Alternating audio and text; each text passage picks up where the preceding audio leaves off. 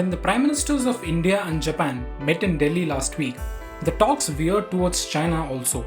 Prime Minister Fumio Kishida was in India to attend the 14th India-Japan Annual Summit held after a gap of 3.5 years. Prime Minister Narendra Modi briefed PM Kishida on the situation at the line of actual control with China, and he also stressed on PLA's attempts at multiple transgressions on the LAC. Foreign Secretary Harsh Shringla, too, said that any normalcy in the India-China relationship will depend on LAC de-escalation. While China's overseas investments have attracted enormous attention, Japan is still the leader when it comes to infrastructure in Southeast Asia. According to Fitch Solutions, as of August 2021, Japan had $259 billion invested in unfinished projects in Malaysia, the Philippines, Indonesia, Thailand, and Vietnam, compared with China's $157 billion. Japan is also playing an increasingly larger role in South Asia, a region where China's influence has grown rapidly. Apart from India, Japan is also focusing on countries like Bangladesh and Nepal. As the Diplomat reported, Japan already enjoys a positive image in Bangladesh thanks to millions of dollars of direct investments. Bangladesh's Mathabari deep sea port is also being developed by a Japanese consortium. As of January 2019, Japan had been the largest donor to Bangladesh, having given almost $1.8 billion in loan support since 2018. Japan is the third largest investor in the Indian economy, with cumulative FDI inflows of $30.27 billion between 2000 and 2019. The country contributed 7.2% to India's total FDI inflows during the same period. Meanwhile, last week's summit is sure to take the India-Japan trade ties to the next level. After the summit, Prime Minister Modi announced that both the countries have set an investment target of 5 trillion yen, or about $42 billion in the next 5 years. Both the leaders acknowledged that the investment target of 3.5 trillion Japanese yen announced in 2014 has been achieved. The public and private investment and financing from Japan to India in the next 5 years, which will amount to 5 trillion Japanese yen, will be used to finance both public and private projects of mutual interest. The new target follows and exceeds the 3.5 trillion yen in investments and financing that then Japanese Prime Minister Shinzo Abe had announced for the 5 years between 2014 and 2019 during his 2014 visit to India.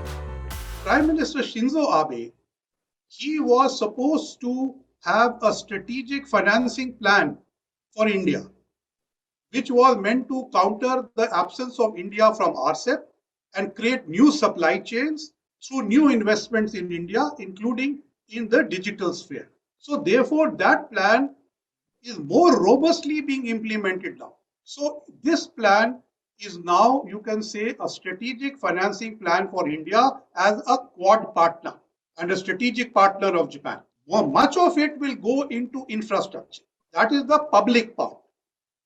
The private part, much will go again into automobiles and auto components, into food processing, into medical devices, into electronics.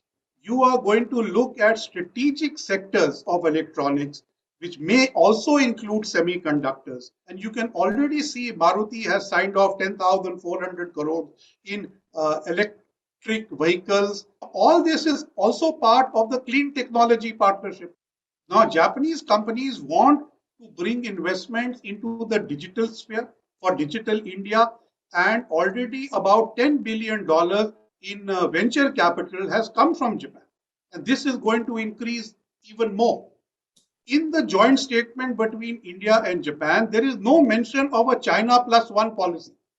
But this is clearly a China plus one policy being implemented with great gusto.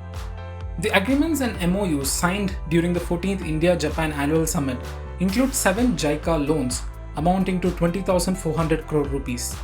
These are meant for projects in connectivity, water supply and sewerage, healthcare, horticulture and biodiversity conservation across various states in India. JICA, or Japan International Cooperation Agency, is involved in at least 27 recent and ongoing activities in India. These projects stretch across sectors such as health and medical care, transportation, power and energy, urban environment management, and agricultural and rural development, among others. In particular, the transportation projects include Phase 2 of the Delhi Mass Rapid Transport System project, Hyderabad Outer Ring Road project, Visakhapatnam Port Expansion project, and Dedicated Freight Corridor project. On March 16th, a financial daily reported that JICA expects to fund $3 billion worth of projects in India in 2022-23. JICA is also financing other big infrastructure projects such as the Mumbai-Ahmedabad high-speed rail and the Mumbai Trans-Harbour Link. Other announcements during the summit included the Clean Energy Partnership and the Sustainable Development Initiative for the northeastern region of India. Japan's new investment target reaffirms the special strategic partnership between India and Japan. The latest meeting between the Prime Ministers of the two countries marks another step towards deepening regional cooperation amid an increasingly assertive China. If you like this video, share it and subscribe to Business Standard.